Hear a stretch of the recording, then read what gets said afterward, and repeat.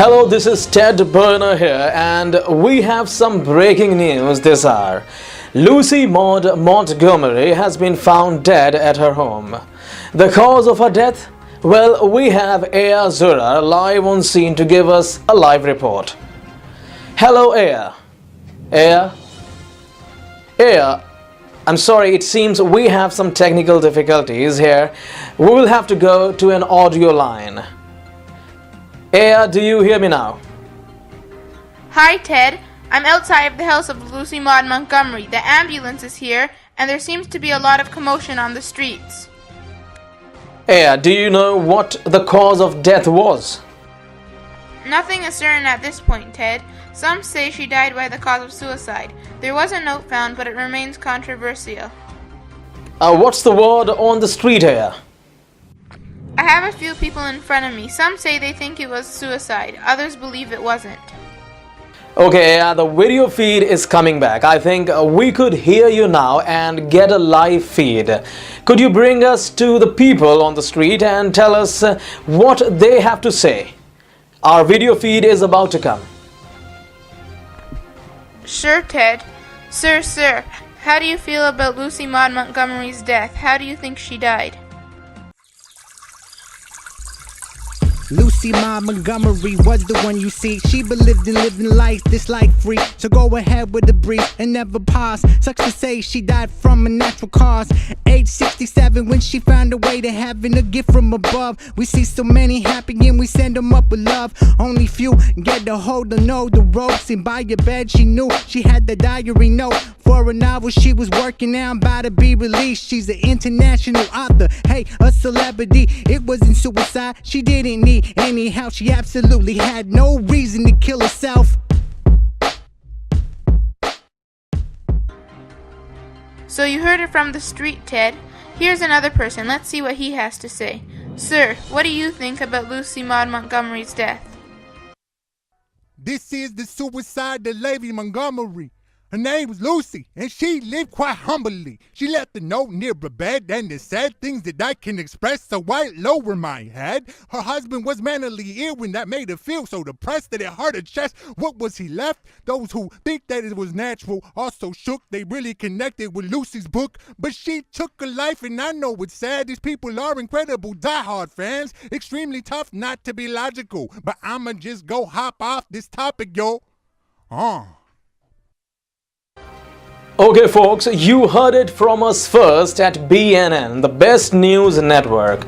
But instead of focusing on her death, let's hear about her life.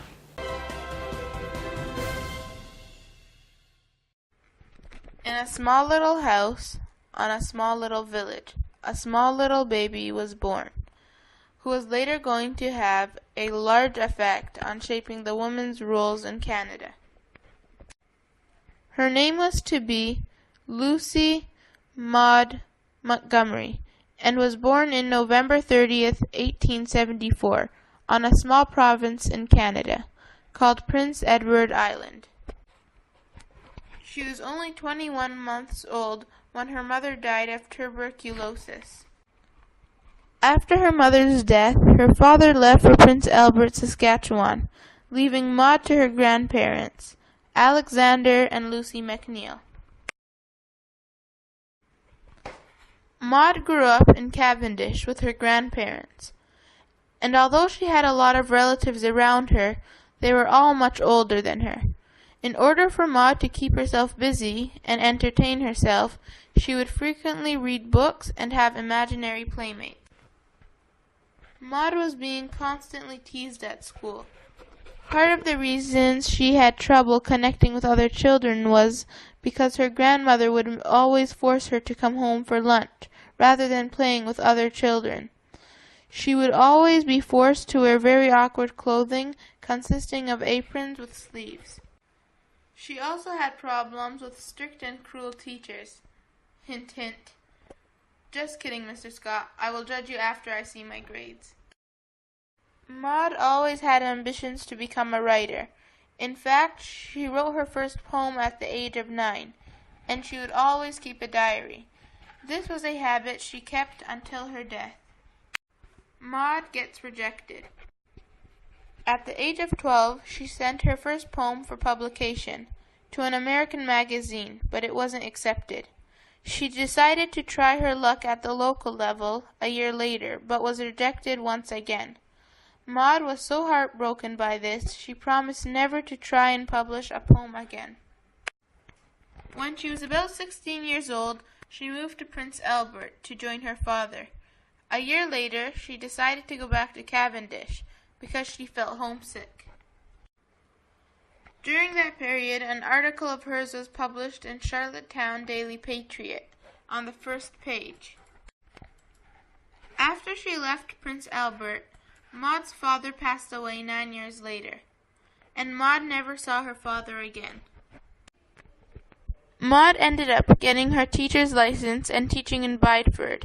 She would teach and write at the same time, and entered Dalhousie University in Halifax in 1895. In the year of 1898, Maud's grandfather passed away, and Maud went back to Cavendish to take care of her grandmother. She took care of her grandmother for 13 years, until her grandmother passed away. During that while, when Maud was taking care of her grandmother in Cavendish, Maud was able to write many poems and short stories. It was during these times that she wrote Anne of Green Gables. This was published in a magazine for little girls. She loved her characters in the book so much she decided to make her short story into a long book. Maud sent in copies of her book to several publishers, but none of them accepted her book. She just about lost interest in trying to publish her book and gave up. After a couple months, she decided to give her book another chance and change some things in it, then sent it to the publishers again. It was accepted, and Maud published her first copy of Anne of Green Gables on June 20th, 1908. Maud's intention for her book was for young girls, but she did not understand her success. Maud got mails from people all over the world, and it became a bestseller. Even Mark Twain praised her work. Once Maud began to see she was so successful, she began to expand her book, and she made it into 8 parts of Anne's life and family. The last book was published in 1939. As the years went by and Maud began to want a husband, in Cavendish she met a Presbyterian minister, Ewan MacDonald. Maud did not love Ewan MacDonald, however, she respected his social and intellectual status. Maud got engaged to Ewan MacDonald but did not marry him until her grandmother passed away in 1911. After they got married, they moved to Leaksdale, Ontario, where Ewan became the new minister. Maud liked Leaksdale, but she did not love it as much as she loved Cavendish. Maud had an important part in leading life in the community. She brought up 2 sons, Chester, who was born in 1912, and Stuart, who was born in 1915. Even though Maud had many responsibilities to take care of, she did not ignore writing.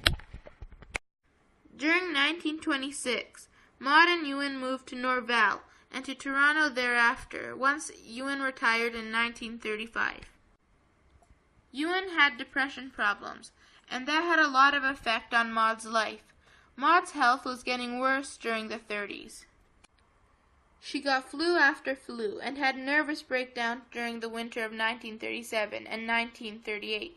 Maud was unable to read or write during this period of time. Due to her critical state, she passed away on April 24, 1942. Maud was buried in Cavendish. Her husband followed along in 1944. Maud's accomplishments. Maud was an accomplished writer and international celebrity. She put Canada on the map in terms of literature, and she had a profound effect on women's roles in Canada. To better understand Maud's significance to Canadian culture and history, I thought it be best to ask an expert. I was fortunate to interview the renowned Professor Simon from UFP on the subject. Let's hear it from him. Professor Simon, what was Maud's significance to Canadian culture and history? I thought you'd never ask. First, you must understand that in Maud's time, women were not allowed to vote in federal or provincial elections. Also, with the exception of some provinces, women lost their right to hold property after they married, and their wealth went to their husbands upon marriage. But it didn't stop there. A married woman in Maud's time could not enter legal contracts or go into business for herself. Look, Maud was a role model and celebrity who did not fit the typical role of women at the time. She kept control of her own money. She even paid for her own honeymoon in Scotland and bought a house when they retired, as well as fund their children's education. People would ask her opinion, and she would write in magazines regarding women's issues. She definitely had an audience and was certainly ahead of her time.